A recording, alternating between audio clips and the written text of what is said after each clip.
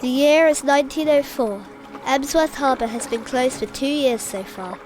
This is due to a typhoid outbreak which affected the Emsworth oysters and killed, among others, the Dean of Winchester, Dean Stevens. Oyster merchant J.D. Foster has begun legal action against the local council, believing his oysters to have been infected with typhoid from sewage.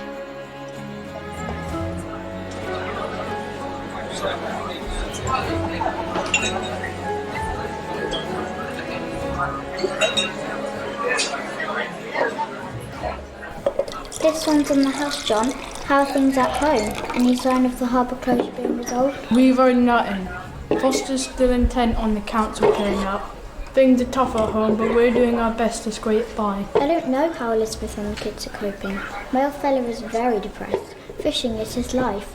I'm working every hour in here to make ends meet. Emsworth was built on fishing. I honestly don't know what half the men will do if the oyster trade goes.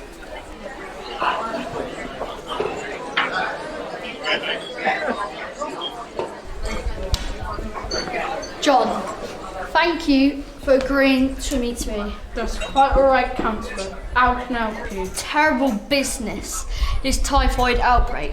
I quite understand this might be affecting you oyster fishermen terribly. Well, sir, I think folk around here just wish Warblington Council had left well alone of the sewage system. What was wrong with the privy and the gardener's cesspit? Look, John, the council had to find a new way of dealing with the waste. The sewers simply had to be laid out, but where else could they send the waste but out to sea? Choke on it. Councillor Kennel, you and I both know that the waste flowed directly out over those oyster beds, causing the typhoid outbreak. Well, John, we are going to let courts be the judge of that. All I know is Mr. Foster is causing a lot of harm, continue his case against the council. Mr. Foster employs a lot of people in Emsworth. How else can he afford to continue oyster fishing unless he can get compensation from Warblington Council? You should know a lot of people feel very strongly about this. People can hardly afford to eat at the moment.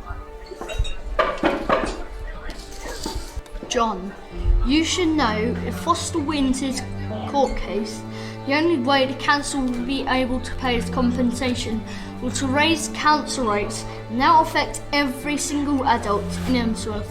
We keep rates down by only laying the sewage pipes to the edge of the harbour, rather than dealing with the extra cost of laying them further out to sea.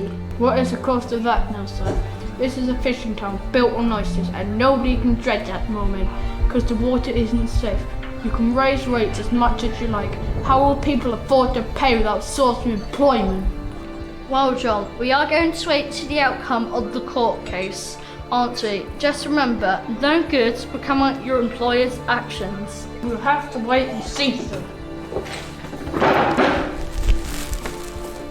In October 1904, the case of J.D. Foster versus Warblington Urban District Council was heard, and in January 1905, Mr. Foster was awarded damages, meaning that the court agreed with Foster's belief that the council had been responsible for polluting his oyster beds. The council failed with an appeal in 1906. The harbour was finally officially reopened in 1916. Emsworth oyster industry never fully recovered.